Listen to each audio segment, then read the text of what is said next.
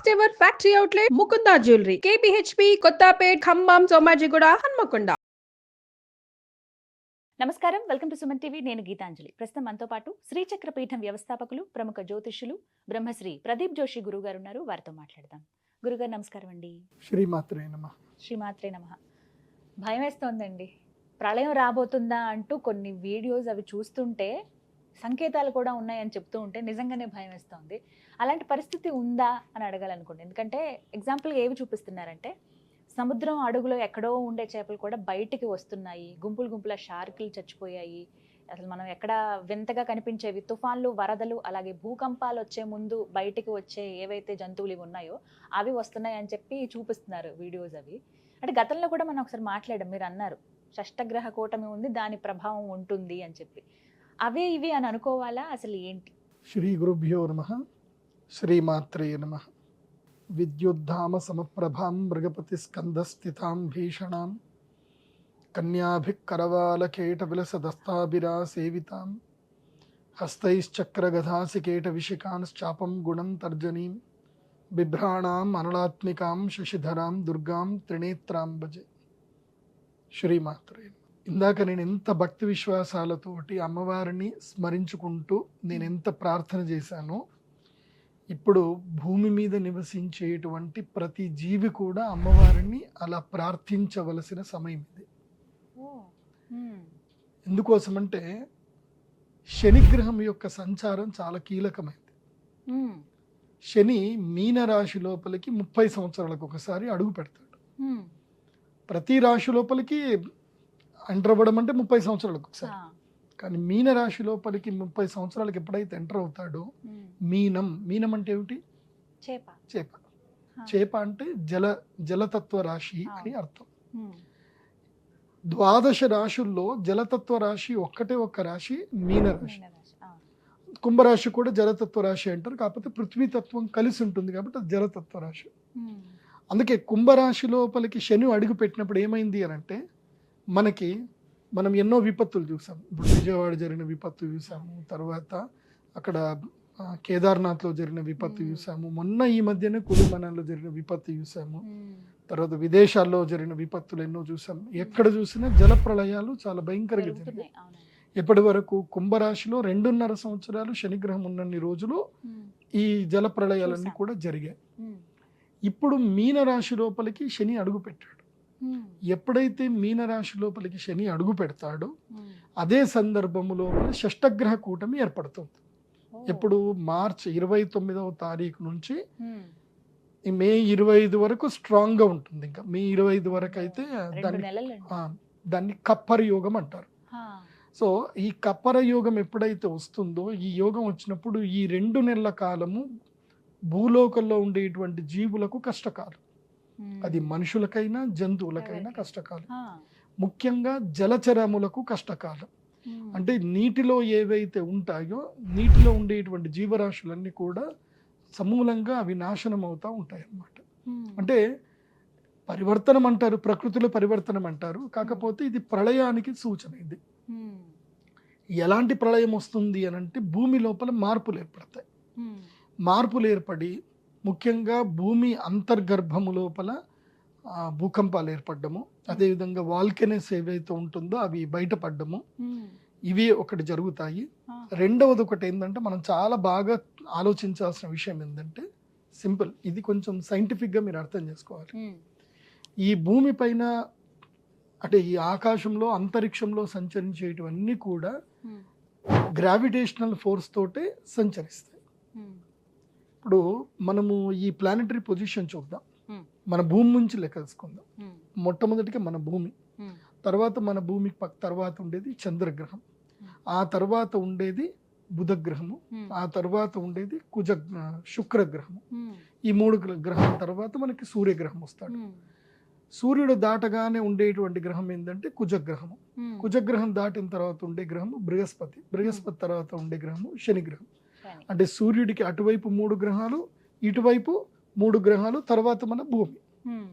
So భూమి 3 గ్రహాలు, సూర్యుడు 3 గ్రహాలు. సో దీని లోపల ఈ 3 గ్రహాలు ఏవైతుందో చంద్రుడు, బుధుడు, శుక్రుడు, ఇవి శీఘ్రగతులు అని అంటారు. అంటే ఇవి ఎప్పుడు కూడా సూర్యుడితో పాటు సంచరిస్తూ ఉంటాయి, మనకు కనబడతాయి. అంటే తొందరగా మూవ్ అవుతూ ఉంటాయి. వీటిని శీఘ్రగతులు అంటారు. తర్వాత అతి శీఘ్రము కాదు, అతి మందము కాదు, సామాన్యంగా వెళ్ళేది కుజగ్రహం. కుజగ్రహం కూడా అంతే భూమితో పాటు ఎట్లాగైతే సంచారం అవుతా ఉంటుంది. మందగతులు ఏమిటంటే గనక గురుగ్రహము, శనిగ్రహం మందగతులు. దీంట్లో ఎక్కువగా గ్రావిటేషనల్ ఫోర్స్ ఉన్నది దేనికి అని అంటే గురుగ్రహానికి ఎక్కువగా గ్రావిటేషనల్ ఫోర్స్ ఉంటుంది. సో గురుగ్రహము మన భూమిలాగా అది డెన్సిటీ ఉండదు. శుక్రగ్రహము, గురుగ్రహం ఈ రెండిటికి డెన్సిటీ ఉండదు. ఇవన్నీ లైక్ ఒక వాయుగోళం లాగానే ఉంటుంది, కాకపోతే మనం చూడడానికి గుండ్రంగా కనిపిస్తాయి. కాకపోతే అక్కడ భూమి, పృథ్వీ తత్వం అక్కడ ఉండదు. కాకపోతే వాటికి గ్రావిటేషనల్ ఫోర్స్ ఎక్కువగా ఉంటుంది. దాని లోపల అన్ని కూడా చిన్న చిన్న రాళ్ళన్నీ కూడా తిరుగుతూ ఉంటాయి. ఇది మనందరికీ సైంటిఫిక్గా తెలిసిన విషయం. ఈ భూమికి తర్వాత కుజగ్రహానికి మధ్యలో కేతు గణాలు అని ఉంటాయి. అంటే ఇవన్నీ కూడా భూమి అంతే సైజు ఉన్నటువంటి, ఇంకా భూమి కన్నా పెద్ద సైజు కానీ, చంద్రుడంత సైజు కానీ పెద్ద పెద్ద రాళ్ళు ఇవన్నీ కూడా ఏంటంటే తిరుగుతూ ఉంటాయి. ఏవి? కుజగ్రహానికి తర్వాత గురుగ్రహానికి మధ్యలో తిరుగుతూ ఉంటాయి. ఇది చాలా ఇంపార్టెంట్ విషయం, అర్థం చేసుకోండి. అవన్నీ కూడా గ్రావిటేషనల్ ఫోర్స్తోనే తిరుగుతాయి. ఎప్పుడైతే ఈ 6 గ్రహాలు ఒకే దగ్గరికి వచ్చేసాయో, ఇప్పుడు గురుగ్రహము తర్వాత ఇవన్నీ కూడా దీన్ని మాలాయోగము అంటారు. సూర్యుడు, చంద్రుడు, బుధుడు, శుక్రుడు, శని, రాహు 6 గ్రహాలు ఒకే స్థానంలో వస్తున్నాయి మీనరాశిలో. దాని నుంచి జస్ట్ ఒక 60 డిగ్రీల దూరంలో మాత్రమే, 60 అంటే దాదాపు 58 డిగ్రీల దూరంలో మాత్రమే గురుగ్రహం ఉన్నాడు. ఇవెంత ఎన్ని డిగ్రీలో ఉన్నాయనంటే ఆల్మోస్ట్ ఇవన్నీ కూడా 90 డిగ్రీస్ దూరంలోనే ఇవన్నీ ఒక దగ్గర కొలాబరేట్ అయి ఉన్నాయి. సో 90 డిగ్రీస్లో ఇవన్నీ కొలాబరేట్ అయినాయంటే రిమైనింగ్ స్పేస్ అంతా కూడా ఖాళీ ఉన్నట్టే కదా. సో ఈ గ్రావిటేషనల్ ఫోర్స్ ఏదైతే గనక అట్రాక్ట్ చేసి భూమి వైపు ఏవి రాకుండా ఏదైతే ఆపుతుందో అవి ఆగిపోవు. సో అవి అటు గురుగ్రహం గ్రావిటేషనల్ ఫోర్స్ లాక్కుండా ఆ గ్రావిటేషనల్ ఫోర్స్ నుంచి తప్పుకొని కొన్ని రాళ్ళు బయటకు వచ్చేస్తాయి. వాటిని కేతు గణాలు అంటారు మన బృహత్ సంహిత ప్రకారం చెప్పాలంటే. అవి భూమి వైపు ట్రావెల్ చేయడం స్టార్ట్ చేస్తాయి. ఇప్పుడు ఆ సూచన మీకు కనిపిస్తుంది. రాబోయే జస్ట్ మీరు కొన్ని రోజుల్లో మీకు ఆ న్యూస్ కూడా వచ్చేస్తుంది. నాసా నుంచో లేకపోతే వాటి నుంచి న్యూస్ స్టార్ట్ అవుతుంది. సో భూమి మీదికి ఒక అత్యంత పెద్దనైనటువంటి ఇంకొక శకలం రాబోతుంది, భూమిని ఢీకొట్టబోతుంది. సో దానికి కౌంట్ డౌన్ టైం స్టార్ట్ అయిందంటే 2040కి ఇది కౌంట్ డౌన్ స్టార్ట్ అవుతుంది. ఈ రోజు నుంచి మొదలు, అంటే 2025 నుంచి మొదలు 2040కి కరెక్ట్గా 15 ఏళ్లకి కౌంట్ డౌన్ స్టార్ట్ అవుతుంది. ఈ కౌంట్ డౌన్ ఎప్పుడైతే స్టార్ట్ అవుతుంది అని అర్థం ఏంటంటే ఇంకా ప్రళయం రాబోతుంది. 2040 ప్రళయం అయితే 100%, దెర్ ఇస్ నో డౌట్. 2040లో ప్రళయం ఉండబోతుంది. దానికి శ్రీకారం ఇక్కడ స్టార్ట్ అవుతుంది. అది చెప్పడానికే ఆ సూచన, ప్రకృతిలో వచ్చేటువంటి సూచనని ఇది. ఇక్కడ నుంచి ఏం జరుగుతుంది అని అంటే ఇది మనం అబ్జర్వేషన్ చేసుకోవాలి. ఇప్పుడు ఈ 2025లో ఉండేటువంటి జనాభా సంఖ్య ఇప్పుడైతే చూసుకున్నారో ఈ జనాభా సంఖ్య క్రమేపీ తగ్గుతూ ఉంటుంది. మనుషుల యొక్క పునరుత్పత్తి సామర్థ్యం తగ్గుతుంది, మనుషులు తగ్గుతూ ఉంటారు, జంతువులు పెరుగుతూ ఉంటాయి. ఇప్పటి నుంచి సూక్ష్మ జంతువులు, క్రిమి కీటకాలు, తరువాత ఇంకా వేరే జంతువులు ముఖ్యంగా ఏంటంటే అండజములు అంటారు. అంటే అండము అంటే గుడ్లలో నుంచి పెరిగేటువంటి జంతువులు పెరుగుతాయి. ఇప్పటి నుంచి చాలా పెరుగుతాయి. ఇంకా ఇక్కడ నుంచి జంతువులు బాగా పెరుగుతాయి, మనుషులు తగ్గుతారు. ఇంకా సో మనుషులు క్రమేపీ మనుషుల యొక్క విస్తీర్ణం తగ్గుతుంది, వాళ్ళ యొక్క ఆయుష్ పరిణామం కూడా తగ్గుతూ ఉంటుంది. ఈ యొక్క 2 నెలల కాలం ఏదైతే ఉందో ఇది చాలా సీరియస్ కాలం. ఎప్పుడు మార్చి 29 నుంచి మొదలు మే 29 వరకు ఈ 60 రోజుల కాలము గడ్డు కాలము. ఇందులోపల జల ప్రళయాలు రావచ్చు, వాల్కనోస్ రావచ్చు, భూకంపం అయితే 100% వస్తుంది. భూకంపము మన భారతదేశంలో అయితే ఛాన్సెస్ తక్కువ, 40% మాత్రమే ఉంది. విదేశాలలో ఎక్కువగా ఛాన్సెస్ ఉన్నాయి. కానీ మన భారతదేశంలో కూడా రావచ్చు, డక్కన్ ప్రాంతంలోనే వస్తుంది. సో లాస్ట్ టైం ఇట్లాగే ఇది జరిగినప్పుడు వృషభ రాశిలో శనిగ్రహం ఎంటర్ అయినప్పుడు మనకి బుర్జులో భయంకరమైన భూకంపం ఏర్పడింది. ఇది మన యొక్క గుజరాత్లో భయంకరమైన భూకంపం ఏర్పడింది. గుజరాత్లో భూకంపం ఏర్పడకన్నా మునుపు 2 సంవత్సరాల క్రితం, అంటే 1998లో కూడా మన హైదరాబాద్కి భూకంప సంకేతం వచ్చింది అప్పుడు. కాకపోతే ఇక్కడ భూకంపం రాలేదు, మైల్డ్గా భూకంపం అయితే వచ్చింది. మొన్న ఈ మధ్య కూడా మైల్డ్గా వచ్చింది. సో మనం ఎక్స్పెక్ట్ చేయొచ్చు, అంటే 100% నేను చెప్పలేను కానీ రావచ్చు. దక్కన్ ప్రాంతంలోనే భూకంపం వస్తుంది ఈసారి. భూకంపము ఎక్కడైనా రావచ్చు, భారతదేశంలో మాత్రం అతిపెద్ద ప్రళయం మాత్రం ఉంది, ఒకటి భూకంపం అయితే ఉంది. జనాలు మరణించడము అవి జరిగే అవకాశాలు అయితే ఉన్నాయి. కానీ కొంతమంది శాస్త్రజ్ఞులు, కొంతమంది మహాపండితులు ఏమంటారు అంటే, రాముడి ప్రతిష్టాపన జరిగింది అయోధ్యలో కాబట్టి ఇది జరగకపోవచ్చు, రామరాజ్యం నడుస్తుంది, జరగకుండా ఉండాలి, మనం అందరం యజ్ఞయాగాదులు చేద్దామని అందరూ అంటున్నారు. మా గురువులు కూడా అదే మాట చెప్పారు, రావద్దు అనే కోరుకుందాం. కానీ ఒకటి, ప్రకృతిలో మనిషి ఎలాంటి స్వార్థపరుడు అంటే విపరీతంగా జంతువులు చంపుతున్నాడు, విపరీతమైన మరణకాండ సృష్టిస్తున్నాడు మనిషి. కానీ తాను మాత్రం బతకాలనుకుంటున్నాడు. ప్రపంచంలో మనిషి తాను ఒక్కడే బతకాలి, ఇంకేవో బతకకూడదు, అన్ని నాకే చేయడానికే ఈ విధంగా ప్రకృతి అంతే చేస్తుంది. కానీ మనం సాధారణ మనుషులుగా మనం ఏం చేయాలి, మేము ఏం చేస్తే మంచిది అంటారు, తెలియచేయండి. మనం ఏం చేయడానికి లేదు, దైవ ప్రార్థన మాత్రం చేయడం. ఎంతవరకు నీ యొక్క పుణ్యఫలం ఉందో అంతవరకు నువ్వు దాంట్లో సేవ్ అవుతావు. నీ పుణ్యఫలం లేదంటే మాత్రం సేవ్ అవ్వవు. సో మన పాపము పండింది అని అంటే ఆ రోజు మనము అదే టైంకి అక్కడనే ఉంటామేమో తెలియదు. మన మన పుణ్యం ఉంది, ఆ టైంకి అక్కడ జరిగేది మనం వెళ్లకుండా ఆగిపోతాం. సో అవి జరుగుతాయి. కాకపోతే ప్రస్తుతం అయితే ఈ 60 రోజులు మాత్రం గడ్డు కాలము. ప్లస్ ఇంకోటి ఏంటంటే స్టాక్ మార్కెట్ కూడా విపరీతంగా కుదేలైపోతుంది. నేను ఆల్రెడీ మనం లాస్ట్ టైం డిస్కస్ చేసాం, జనవరిలో మనం డిస్కస్ చేసినప్పుడే నేను చెప్పాను, షష్టగ్రహ కూటమి వస్తుంది అని అంటే ట్రంప్ యొక్క నిర్ణయాలు దారుణంగా ఉంటాయి. దానివల్ల భారతదేశం యొక్క ఆర్థిక పరిస్థితి పూర్తిగా దిగజారుతుంది. ఇప్పుడు ఇంకా ఉండబోతుంది. ఏదైనా సరే మే 30వ తారీఖు వరకు స్టాక్ మార్కెట్ జోలికి వెళ్ళకండి. మే 30 వరకు, ముఖ్యంగా ఏప్రిల్ 29వ తారీఖు వరకు స్టాక్ మార్కెట్ జోలికి వెళ్ళకండి. ఏప్రిల్ 29 తారీఖు తర్వాత అప్పుడు దాదాపుగా స్టాక్స్ అన్ని పడిపోయి ఉంటాయి, అప్పుడు ఎంటర్ అవ్వండి. స్టాక్ బై చేసుకోవడం, చాలా కంపెనీ యొక్క స్టాక్స్ పడిపోయి ఉంటాయి కాబట్టి May first week is right time to enter in the stock market. But May 25 తర్వాతనే బెస్ట్ అని కూడా చెప్తాను. అంటే ఎక్స్పీరియన్స్ ఉన్నటువంటి వాళ్ళు మే ఫస్ట్ వీక్లో ఎంటర్ అవ్వచ్చు మళ్ళీ స్టాక్లోకి. మే 30th తర్వాత మాత్రమే మళ్ళీ స్టాక్ మార్కెట్ లోకి ఎంటర్ అవ్వండి. ఎస్, ఇంకోటి ఏంటంటే హడావిడిగా నేను అందరికీ చెప్పేది ఏంటంటే, హడావిడిగా ఇప్పుడు కింద మీద పడి బంగారాలు కొనేయకండి. పెళ్లి ముహూర్తాలు ఉన్నాయి కదా, పెళ్లిళ్ళు ఉన్నాయి కదా అని బంగారం కొనకండి. కొంచెం ఆగండి, ఇంకా బంగారం ధర తగ్గుతుంది. 82,000 వరకు వస్తుంది బంగారం. ఓపిక పట్టండి, ఇప్పుడు తొందర పడకండి. మే 30వ తారీఖు వరకు బంగారము అందరినీ సతాయిస్తుంది, ఏడిపిస్తుంది, పైకి వెళ్తుంది. మే 30 తర్వాత నేను చెప్పా కదా, మోదీ గారు ఒక పాచికేస్తారు అని. మోదీ గారు వేసే పాచికకి సడన్ గా అన్ని దెబ్బతింటాయి. అప్పుడు డాలర్ రేటు తగ్గుతుంది, మళ్ళీ బంగారం రేటు పడిపోతుంది. అవుతుంది. అది కూడా ఎప్పుడు అంటే మళ్ళీ ఎప్పటికీ అంటే కరెక్ట్గా మనం శ్రావణ మాసం వచ్చే టైంకి, అంటే మనకి జూన్ జూలై బంగారం కొనుక్కోవడానికి రైట్ టైం. ఇంకా ఆగస్ట్ వచ్చిందంటే మళ్ళీ బంగారం మళ్ళీ ఒక్కసారి పెరిగిపోతుంది. కాబట్టి జూన్ జూలైకి డబ్బులు రెడీ చేసి పెట్టుకోండి. బంగారం ధర 85,000కి 84,000 వరకు వస్తుంది. నా లెక్క ప్రకారం 82 కూడా రావచ్చు, కానీ 84 అయితే తగ్గదు, చూద్దాం.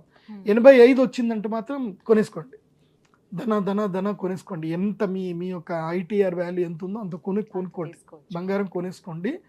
తర్వాత ఇంకా బంగారం ర్యాలీ స్టార్ట్ అవుతుంది, ఇంకా తగ్గేదే లేదు. ఇంకా బంగారం ఇంకా వెళ్ళిపోతుంది, ఇంకా కిందికి రాదు ఇంకా. కాబట్టి ఈ సంవత్సరంలో బంగారం కొనడానికి అనుకూలమైన సమయం ఆషాఢ మాసమే. ఆషాఢంలో చీరలు కొనకండి, బంగారం కొనండి, రెడీ చేసి పెట్టుకోండి ఈ సంవత్సరం అయితే కనుక. సో ఈ ప్రళయం నుంచి తప్పించుకోవాలంటే ఒకటే మార్గం. నేను ఇది నా స్వార్థం కోసం చెప్పట్లేదు. ఎందుకోసం అంటే నేను ఎప్పుడు కూడా చెప్తాను, నేను ఏదైనా ఒక యజ్ఞము యాగం చేశాను అంటే అది దేవాలయ నిర్మాణం కోసం, ఒక మంచి కోసమే. నా వ్యక్తిగత జీవితం కోసం అయితే నేను ఆ లత్త ముట్టను. దాన్ని లత్త అంటారు. అంటే మనుషుల యొక్క కర్మఫలాన్ని ఏమంటారు? లత్త అంటారు. ఆ లత్తని ముట్టకూడదు. ముడితే అది అంటుకుంటుంది, ఏడిపిస్తుంది. మనం కొంతమంది జనాలను చూస్తూ ఉంటాం కదా, అయ్యో పాపం వాళ్ళ పరిస్థితి ఏంది ఇట్లుంది అని అనుకుంటాం కదా, దాన్నే లత్త అంటారు. సో వాళ్ళ జీవితంలో వాళ్ళు ఎటు వెళ్ళలేరు, అంతే అట్లాగ ఉండిపోతారు. వాళ్ళు అత్త పెట్టుకోవద్దు ఎప్పుడైతే. నేనేం చెప్తాను అంటే మీ యొక్క కర్మ ఫలాల్ని యజ్ఞ యాగాదులకు నిర్వహణ చేసుకోండి, చేస్తే మంచి జరుగుతుంది. లాస్ట్ టైం ఇదే సుమన్ టీవీలో షష్టగ్రహ కూటమి ఏర్పడింది. ఇప్పుడు 2019లో కోవిడ్కి ముందు. అవునండి. ఏదైతే కనుక నేను డిసెంబర్లో షష్టగ్రహ కూటమి ఏర్పడినప్పుడు నేను చెప్పాను, చాలా మంది వచ్చి యాగం చేసుకున్నారు. నా దగ్గర యాగం చేసుకున్న ప్రతి ఒక్కరు కూడా సేఫ్ జోన్లో ఉన్నారు. ఎవరికి కోవిడ్ రాలేదు, ఎవరి ఇంట్లో మరణాలు జరగలేదు. Every one is safe zone 100%. దాంట్లో డౌటే లేదు. నా దగ్గర డేటా కూడా ఉంది. అందరు చెప్పారు, గురూజీ మాకు కరోనా అసలు ఎఫెక్ట్ రాలేదు, మాకు మీ దగ్గర యాగం చేసుకున్నాం, కరోనా ఎఫెక్ట్ రాలేదు. ఇప్పుడు కరెక్ట్గా 5 ఏళ్ళు మళ్ళీ 2025 మళ్ళీ షష్టగ్రహ కూటమి వచ్చింది. ఇప్పుడు ఈ షష్టగ్రహ కూటమిలో అందరికీ నేను చెప్పేది ఏంటంటే యాగం చేసుకోండి. యాగం చేసుకొని ఇంట్లో యంత్రం పెట్టుకోండి. యంత్రం లేకపోయినా కనీసం ఈ మాల, ఇది ప్రత్యేకమైనటువంటి కృష్ణ స్ఫటిక మాల. ఈ మాల కానీ లేదంటే కుజగ్రహ మాల కానీ ఏదైనా ఒక మాల తప్పకుండా మాలను ధరించండి. ఈ మాల మెడలో వేసుకుంటే ఏ నెగిటివ్ మీ దగ్గర దాకా రాదు. ఎందుకోసం అంటే ఇది భూగర్భంలో నుంచి తీసినటువంటి అద్భుతమైన శిల ఇది. సో దీని ఏంటంటే జస్ట్ ఒకదాని ఇట్లా మెల్లిగా రబ్ చేసి మనం స్మెల్ చూస్తే మనకి బొగ్గు వాసన, కాలిన వాసన వస్తుంది. ఇది చాలా ప్రత్యేకమైన రత్నం. ఇది ఎవరి దగ్గర దొరకదు. ఇది కృష్ణ స్ఫటికమాల. నేను ప్రత్యేకంగా తిరిగి చేసి కొంతమంది పాత ఇది రావణ సంహిత లాంటి పుస్తకాలు చదివి ఇది ఎక్కడుందో ఆర్డర్ చేయించి వెతికిచ్చి మరి నేను ఇంపోర్ట్ చేయించుకున్నది. ఎవరి దగ్గర దొరకదు. ఇది మీరు భారతదేశంలో ఎక్కడ వెళ్ళండి దొరకదు. కృష్ణ స్ఫటికమాల ఎవరి దగ్గర దొరకదు. ఈ కృష్ణ స్ఫటికమాల అందరికి ఇస్తాను. ఇది గ్రహణం రోజు మాత్రం ఇస్తాను. ఆ గ్రహణం రోజు అందరూ కృష్ణ స్ఫటికమాల ధరించండి. ఆ జగదంబ అనుగ్రహంతో మీకు ఎవరికి ఏ అరిష్టం కూడా జరగదు. కాకపోతే జాగ్రత్త పడాల్సింది ఎవరెవరు చెప్తాను వినండి. ముఖ్యంగా వరి నాటు చేసేటువంటి రైతులు, తర్వాత మామిడి పండ్ల రైతులు, మామిడి ఎవరైతే పండిస్తున్నారో ఆ రైతులు చాలా జాగ్రత్తగా ఉండాలి. తప్పకుండా మొత్తం రాలిపోతాయి కంప్లీట్గా. మామిడికాయలన్నీ రాలిపోతాయి, పూత పోతుంది. చాలా ఇప్పుడు ఎలా వస్తుందంటే ఈదురు గాలులతోటి వర్షాలు వడగళ్ళ వాళ్ళని పడతాయి. ఇప్పుడు సడన్ గా పడతాయి. సో మామిడి నష్టపోతారు, సడన్ గా వరి పైర్లు కూడా నష్టపోతారు. ఈదురుగాళ్ళు భయంకరంగా వస్తాయి. తర్వాత వేడి విపరీతంగా అవుతుంది. నేను మీకు చెప్పేది ఏంటంటే ఈ షష్టగ్రహ కూటమి అయిన తర్వాత 2 నెలలు 3 నెలల కాలం ఎవరైనా సరే పేదవాళ్ళు రేకుల ఇళ్లల్లో ఉంటే ఇల్లు ఖాళీ చేసేసేయండి, వేరే ఇళ్లలోకి వెళ్ళండి. లేదంటే ఇంటి మీద గడ్డి అయినా వేసుకోండి. ఎందుకోసం అంటే ఈసారి ఎండ తీవ్రతకు చనిపోయిన వాళ్ళు ఎక్కువ ఉంటారు. ఈసారి ఎండ తీవ్రత చాలా ఎక్కువగా ఉంటుంది. ఈసారి మాత్రం చాలా జాగ్రత్తగా ఉండండి. తర్వాత స్కిన్ ఎలర్జీస్ ఎక్కువగా వస్తాయి, రోగాలు ఎక్కువగా వస్తాయి, డీహైడ్రేషన్స్ ప్రాబ్లమ్స్ ఎక్కువగా వస్తాయి. అండ్ పుట్టిన శిశువులు ఎక్కువగా చనిపోతారు. ఇప్పుడు ఇది అంతే ఆ కాలం. ఆ కాల పరిస్థితి ఏంటంటే షష్టగ్రహ కూటమి వల్లనే బాలగ్రహ అరిష్టాలు ఉంటాయి. 3 ఏళ్ల వయసు లోపల ఉన్న పిల్లలు ఎక్కువగా మరణిస్తారు. ఇప్పుడు అది కౌంట్ డౌన్ పెరుగుతుంది. మీకు న్యూస్లో కూడా వస్తాయి, కూడా చూడండి. ఈ షష్టగ్రహ కూటమి ప్రభావము ఆషాఢ మాసము వర్షం పడేంత వరకు ఉంటుంది. ఆషాఢ పౌర్ణమి అంటే గురు పౌర్ణమి వరకు వర్షం పడేంత వరకు, అంటే తొలకరి చెనుకలు పెద్ద ఏకాదశి వరకు దీని యొక్క ప్రభావం ఉంటుంది. కాబట్టి అందరూ జాగ్రత్త పడండి. ఆహార విషయంలో చాలా అప్రమత్తంగా ఉండండి. అండ్ రిప్రొడక్షన్ రేట్ కూడా పడిపోతుంది, పిల్లలు పుట్టరు. నేను ఆల్రెడీ లాస్ట్ టైం ఎప్పుడో చెప్పాను, షష్టగ్రహ కూటమి రాబోతుంది. షష్టగ్రహ కూటమి నుంచి షష్టగ్రహ కూటమి వరకు ఆ మధ్య పంచగ్రహ కూటమి ఏర్పడింది. పోయిన మేలలో పంచగ్రహ కూటమి ఏర్పడింది, తర్వాత షష్టగ్రహ కూటమి ఏర్పడింది. నేనే చెప్పాను ఇది సంధికాలము. ఈ సంధికాలంలో జలప్రళయాలు జరుగుతాయి, మనుషులు పుట్టుక తగ్గిపోతుందని చెప్పాను. నేను చెప్పినట్టుగా జరిగింది. జలప్రళయాలు జరిగాయి. ఇప్పుడు తమిళనాడు సీఎం కూడా చెప్తున్నాడు, ఎంతమంది తొందరగా పిల్లల్ని కనండి, ఎక్కువ మంది పిల్లల్ని కనండి, అందరు కొత్త దంపతులు పిల్లల్ని కనండి చెప్తున్నారు. ఎందుకోసం అంటే ముసలోళ్ళు పెరిగిపోతున్నారు, వయసు వాళ్ళు ముసలోళ్ళు అయిపోతున్నారు. వయసులో ఉన్న పిల్లల్ని కనట్లే, వృద్ధి తగ్గిపోతుంది. వాళ్ళు ఇష్టపూర్వకం కనట్లేదు కాదు. ఏం జరుగుతుంది అని అంటే రిప్రొడక్షన్ వాల్యూస్ పడిపోతున్నాయి, మనిషి యొక్క శరీరాలు పడిపోతున్నాయి. సో ఇది కొంచెం గడ్డు కాలం. ఈ 60 నెలల కాలము చాలా గడ్డు కాలము. కాబట్టి ఎవరైనా మీ మ్యూచువల్ ఫండ్స్లో డబ్బులున్నా, స్టాక్ మార్కెట్లో డబ్బులున్నా ఎగ్జిట్ అయిపోండి. కొంతలో అయినా సరే ఎగ్జిట్ అయిపోండి. నేను కూడా ఎగ్జిట్ అయిపోతున్నా. ఓకే. నాది కూడా మ్యూచువల్ ఫండ్స్లో ఒక 3 లక్షలు 4 లక్షలు ఏమో ఉంటాయి. నేను కూడా ఎగ్జిట్ అయిపోయా. నాకు తెలుసు కాబట్టి ఎగ్జిట్ అయిపోయా. కాబట్టి తొందరగా ఎగ్జిట్ అవ్వండి. ఎవరన్నా ఇంకా లేదండి మేము డబ్బులు ఎక్కడ పెట్టుకోవాలి అంటే దేంట్లో పెట్టడానికి లేదు, బ్యాంకింగ్ స్టాక్స్లో మాత్రం పెట్టుకోవచ్చు, లేదా గోల్డ్ స్టాక్స్లో పెట్టుకోండి. కానీ గోల్డ్ స్టాక్ కూడా తగ్గిపోతుంది కానీ మళ్ళీ పెరుగుతుంది, జాగ్రత్త. ఇంకోటి ఏంటంటే ఈ సంవత్సరానికి ఏంటంటే రైతులు కూడా చాలా జాగ్రత్తగా ఉండాలి. రైతులు ఎక్కువ శాతము కూరగాయలు పండించడానికే కాన్సన్ట్రేషన్ చేయండి. కూరగాయలు పండించడం వల్ల ఏంటంటే ఎవరైతే రైతులు కూరగాయలు పండిస్తారో వాళ్ళకి ఈ సంవత్సరం లాభం. ముఖ్యంగా తెల్ల ఉల్లిపాయ ఎవరైతే పండిస్తారో వాళ్ళకి లాభం ఉంటుంది. అండ్ టొమాటో రైతులకు ఈసారి జూన్ జూలై ఆగస్టు రైతులకి ఇది June July August September October వరకు రైతులకి ఇది 5 నెలల కాలం లాభదాయకంగా ఉంటుంది. ముఖ్యంగా టమాటా రైతులకు అదేవిధంగా కూరగాయల రైతులకు అందరికీ ఈ 5 months పీరియడ్ మంచి పీరియడ్ ఉంటుంది. కాకపోతే ఏంటంటే కాపాడిన వాళ్ళకే, ఎందుకోసమంటే ఈసారి సస్యనాశనం ఎక్కువగా జరుగుతుంది కాబట్టి ఆ విషయంలో జాగ్రత్తగా ఉండండి. అయితే ఈ సంవత్సరం నేను ఈ రొయ్యలు పండించేటువంటి వాళ్ళకి మాత్రం చెప్పేది ఏంటంటే ఈ సంవత్సరం విత్డ్రాల్ అయిపోండి అని చెప్తాను. చనిపోతాయి ఈసారి రొయ్యలు చాలా చనిపోతాయి, చేపలు రొయ్యలు చాలా చనిపోతాయి ఈసారి. సో చాలా జాగ్రత్తగా ఉండండి. మీరు ఎంత ప్రయత్నం చేసినా చనిపోతాయి. దానికి ఎగ్జాంపులే ఇందాక మీకు ఇంట్రొడక్షన్లో మీకు చూపించిన ఫోటోలు ఏవి. సో ఆ వీడియోలు చూశారు కదా, మొత్తము చేపలు తీవ్రతరంగా అన్ని కొట్టుకొచ్చి బయటకు వచ్చి చనిపోతున్నాయి. జపాన్లో కూడా ఒక కైండ్ ఆఫ్ ఒక ఫిష్ ఉందట, అది అసలు కనబడదట. అక్కడ జపాన్లో ఎప్పుడైతే అతిపెద్ద భూకంపాలు ఏర్పడి డూమ్స్ డే ఏర్పడిందో అప్పుడే కనబడిందట, మళ్ళీ కనబడలేదట. ఈసారి అది వచ్చిందట. సో ఇలా నేచర్లో అయితే అన్ని తెలుస్తూ ఉన్నాయి. ఇదైతే మంచి టైం అయితే కాదు ఈ 2 నెలల వరకు. కాబట్టి షష్టగ్రహ కూటమి అందరూ కూడా మీ దేవాలయాల్లో అక్కడక్కడ తప్పకుండా అరిష్ట నివారణ తంత్ర యాగాలు చేయాలి. అచింత్య మంత్రములోని కొన్ని ఉంటాయి, అచింత్య మంత్రములు చదువుకొని చేస్తే మంచిది. మా వరకు మా శ్రీచక్ర పీఠంలో అయితే కనుక మా దగ్గర రుద్రశూలం ఉంటుంది. ఎవరెవరికైతే రుద్రశూల స్పర్శ ఒక్కసారి వాళ్ళ ఆజ్ఞా చక్రానికి అవుతుందో ఇంకా వాళ్ళ జీవితంలో నెగిటివ్స్ రావు. ఇంకా అది 100%. రుద్రశూలం ఒక్కటే ఉంటుంది. ఆ రుద్రశూల స్పర్శ ఎప్పటి వరకైతే ఆ రుద్రశూల స్పర్శ చేసుకున్నారో వాళ్ళందరూ మంచుకున్నారు.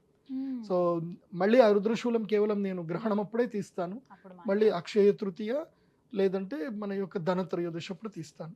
కాబట్టి రుద్రశూలం ఆ రోజు తీస్తాను కాబట్టి రుద్రశూల స్పర్శకు అందరు రండి. కానీ రుద్రశూల స్నానం మాత్రం కేవలం గ్రహణం అప్పుడే ఇస్తాను. రుద్రశూల స్నానం ప్రతిరోజు ప్రతిసారి ఉండదు, కేవలం గ్రహణం అప్పుడు మాత్రమే రుద్రశూల స్నానం ఉంటుంది. కాబట్టి అందరూ కూడా మా శ్రీచక్ర పీఠానికి రండి, రుద్రశూల స్నానం చేయండి, రుద్రశూల స్పర్శ అందరికీ అదైతే ఫ్రీగా ఉంటుంది. యాగం చేసుకోవాలంటే హ్యాపీగా అందరు చేసుకోవచ్చు. ధైర్యంగా ఉంటాం మీ మాట నమ్మి, కానీ జరిగేది జరుగుతుంది అని ఎదుర్కొనే శక్తి కూడా ఇవ్వమని అమ్మవారినే కోరుకోవాలి. అంతే. చాలా సంతోషం గురుగారు. నమస్కారం. శ్రీమాత.